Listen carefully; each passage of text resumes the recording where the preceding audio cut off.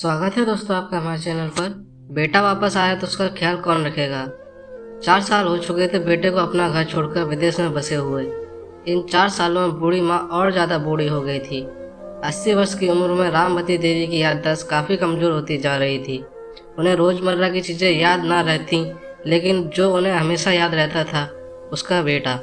दिन हो या रात, एक भी पल ऐसा ना होता जब उन्हें अपने बेटे की याद ना आती। दूसरी तरफ बेटा था जो साल में एक आधा बार अपनी माँ को फ़ोन कर लिया करता और 1-2 मिनट से ज़्यादा बातें भी नहीं किया करता। फिर भी यह बूढ़ी माँ टकटकी लगाए अपने बेटे का इंतजार करती रहती। एक दिन बेटे का विदेश से फ़ोन आया। हेलो, सुन रही हो ना माँ? सुनील बोल रहा हूँ, तुम्हारा बेटा। कैसी हो माँ? मैं ठीक हूँ बेटा। तुम, बहू और मेरा पोता कैसा है? माँ ने कहा, सब अच्छे हैं माँ। मैं अगले हफ्ते गाँव आ रहा हूँ तुम्हें लेने। अब हम सब साथ में ही लंदन में रहेंगे। माँ की बूढ़ी सूखी आंखें आंसुओं से भीग गई। उनके कमजोर शरीर के नस नस में खुशी की लहर दौड़ गई। बेटे का अपने प्रति प्रेम देखकर माँ का मन खुशी से भर आया। बेटे ने आगे कहा, तैयार रहना माँ, मुझे ज़्यादा दिन छुट्टियाँ नहीं हैं। जिससे जितने पैसे लेने हैं लेकर रखना। तब तक मैं प्रॉपर्टी डीलर से बात कर लेता हूँ घर के लिए। घर के लिए? माँ ने पूछा। हाँ माँ, गाँव का घर हमें बेच देना पड़ेगा। अब हम साथ में ही रहने वाले हैं तो वहाँ पर घर रखने का कोई मतलब नहीं है, बेटे ने कहा। बुढ़ापे की वजह से ठीक से चलने में अक्षम माँ ने पूरे मोहल्ले में घूम घूम कर इस खुशखबरी को सबको सुनाया।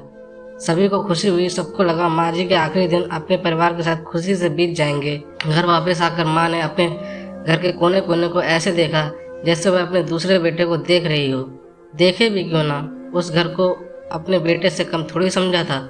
अपने पति के साथ 40 साल यहीं तो बिताए थे, लेकिन अब मजबूर थी। बुढ़ापे का आखिरी समय बेटे और बहू के साथ बिताना चाहती थी।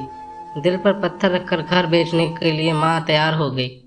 आनन फानन में बेटे ने घर को आधे दामों पर बेच दिया। माँ ने ज़्यादा नहीं, लेकिन जिन चीज़ों से दिल लगा था उन चीज़ों को समेटा और बेटे के साथ टैक्सी में बैठकर एयरपोर्ट के लिए चली गई। एयरपोर्ट पर जा आकर बेटे ने माँ से कहा, माँ तुम यहाँ बेंच पर बैठो, मैं सामान और बोर्डिंग पास की जांच करा कर आता हूँ। वहाँ वक्त लगता है और खड़ा रहना पड़ता है, तुम्हें तकलीफ होगी, तुम यही आराम करो। मैं यूँ गया और यूँ आया। माँ बेंच पर बैठ गई और बेटा चला गया।